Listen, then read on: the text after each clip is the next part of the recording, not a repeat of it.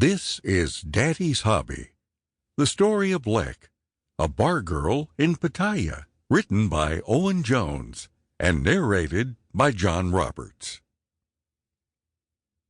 1. A Close Call. "Oh, bloody hell, girl! What have you gotten yourself into this time?"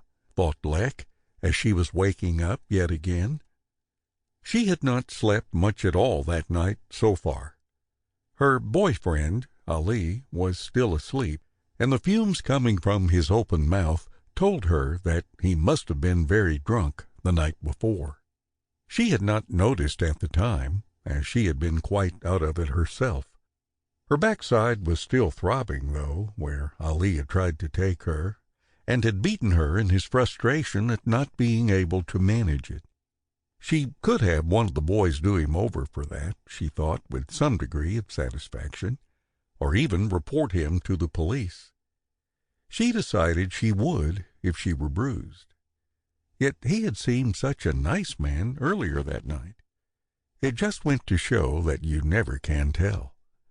She wanted to get up and leave, but she had not been paid the 1,000 baht that they had agreed upon. Yet she was frightened of him waking up in case he wanted to try doing it again. It was not in Lek's nature to take the money from his pocket and sneak out, even though it was rightfully hers already. There was nothing for it but to lie there awake, watchful, letting him sleep, and hoping that the sleep would put him in a better frame of mind when he did wake up. Lek gave him one more furtive glance and prepared herself for a long wait. It was 5:35 a.m., and she could not reasonably expect him to surface much before 9 a.m. The night before, Lek had been working in Daddy's Hobby, a bar off Beach Road, when a 30-odd-year-old Arab, Ali, had sat down.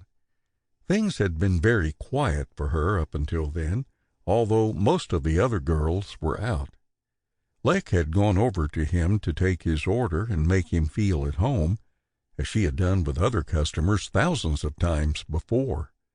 Lek and Ali had introduced themselves, and Ali had ordered a bottle of 100 Piper's whiskey, soda water, and ice. Within minutes, and with customary Arabic hospitality, he had offered her a drink, and she had accepted gratefully.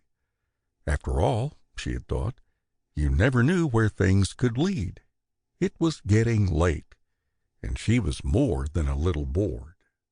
Looking back over events, Lek thought she had seen some danger signs even at that early stage. Why hadn't she listened to her instincts? They had always stood her in such good stead before. Ali had already been drinking before he got to her bar. She had noticed that. But then he had ordered a bottle of whiskey. It was not unusual to see Arabs drinking alcohol, but he was drinking this bottle too quickly, and insisting that she kept up with him. Maybe insist was too strong a word, but he certainly wanted her to go drink for drink with him, and he did not want to take no for an answer. They had finished the bottle, and Ali had asked her whether she would like to go for something to eat, one of the many code expressions in her profession which could lead to lucratively paid nocturnal employment, and sometimes even a meal too. She had accepted, but instead of going to a restaurant or his hotel, he had led her into a noisy disco, where he seemed to know a group of other Arabs.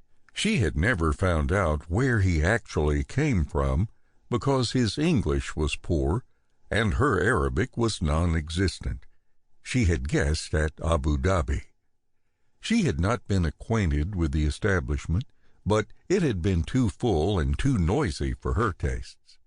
The toilets were smelly, too, and Ali was acting weird in front of his mates, showing her off, but also just showing off in general. He had also bought another bottle of whiskey, and danced in an odd way, pulling her about just a little too much, pawing at her, mauling her even, berating her in front of his friends. Sample complete. Ready to continue?